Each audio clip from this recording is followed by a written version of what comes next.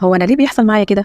السؤال ده يمكن بنقوله وقت أحداث كتير بتحصل لنا في حياتنا وفي علاقاتنا بنية اشمعنى أنا من دول الناس اللي بيحصل معايا كده؟ لأننا بنبقى وقتها مش قادرين نستوعب اللي حصل ولا قادرين نتقبل ولا نسلم لربنا وأقداره. بس هو نفس السؤال ده اللي ممكن نسأله لنفسنا ولربنا بنية البحث واكتشاف الانعكاس. يعني إيه رسالة يا رب من إنه يحصل معايا كده؟ الهمني يا رب وعلمني الحكمة. ونسأل نفسنا كمان هو إيه الشعور أو الفكرة السلبية اللي جوانا اللي ضد الفطرة واللي الحدث ده جه عشان يعكسها لنا ويكبرها لنا قدامنا عشان نشوفها وناخد بالنا منها وبالتالي نزكي نفسنا منها عشان نرجع لفطرتنا والاتزان النفسي من تاني. وفي العلاقات بقى نفس السؤال ده ليه دور مهم جدا، لأن العلاقات دورها إنها تظهر لنا على سطح ألمنا النفسية وأفكارنا ومعتقداتنا اللي كنا نسيناها واللي متخزنة بداخلنا من الماضي ومن طفولتنا.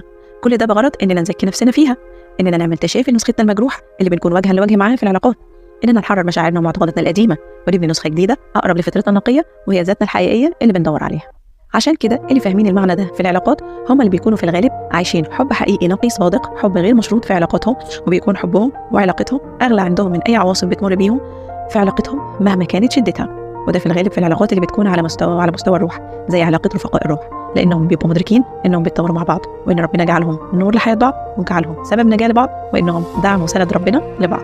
عشان كده بيسعوا مع بعض يخوضوا رحلة تشافي ذاتهم مع بعض وليس التشافي من بعض، وبيطوروا ذاتهم مع بعض عشان يرجعوا لذاتهم الحقيقية ويكونوا أقرب لفطرتهم النقية وعشان يرجعوا التوافق الروحي والنفسي والفكري ما بينهم لمستويات الاتزان مع بعض. وبالتالي تزكيتهم لنفسهم وتشافيهم الذاتي تلقائيا بيصلح علاقتهم فيما بينهم بنسبة كبيرة جدا. ده بيحصل حتى لو كانوا ما أدركوش المعنى ده من بداية علاقتهم أو كانوا مروا بعواصف كتير في علاقتهم من خلالها ربنا علمهم الإدراك الواعي ده. عشان كده كل ما بيتطور وعيهم شويه السؤال ده اللي هو ليه بيحصل معايا كده هيكون عندهم بنيه مختلفه، هيكون معناه هو انا امتى عشت نفس المشاعر دي في الماضي؟ طيب الرساله اللي ربنا بيوصلها لي من ان الشخص ده بيعاملني بالطريقه دي بالذات، طب هو ايه الدرس اللي ربنا بيعلموني من ان العلاقه تمر بالاحداث دي بالذات؟ طب هو ليه ربنا مسير لي اقداري بالكيفيه دي بالذات المختلفه عن غيري؟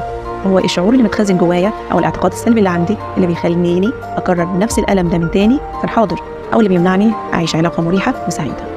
وعلى الجانب الآخر في العلاقات اللي بيغلب عليها الوعي الجمعي السلبي نفس السؤال ده بيكون ليه هدف مختلف تماما، بيكون بنية هو ليه الشخص ده بيعملني كده؟ هو أنا ليه حظي وحش كده؟ ليه حياتي مش ماشية زي باقي الناس؟ هو ليه أنا مش سعيدة في علاقاتي وحياتي زي باقي الناس؟ الناس كلها بقت وحشة، الدنيا اتغيرت، الدنيا ملهاش أمان، أنا ما استحقش حاجة حلوة في حياتي. وكمان بيكونوا معتقدين إن سبب المشكلة كلها في الطرف الثاني وإن الطرف الآخر هو المطلوب منه إنه يتغير عشان العلاقة يتصلح حالها، لكن الشخص نفسه ما فيهوش أي مشكلة. وفي الغالب كمان الوعي السلبي اللي بيسيطر عليهم إن الانفصال دايما هو الحل، لو هو أول حل كمان للأسف.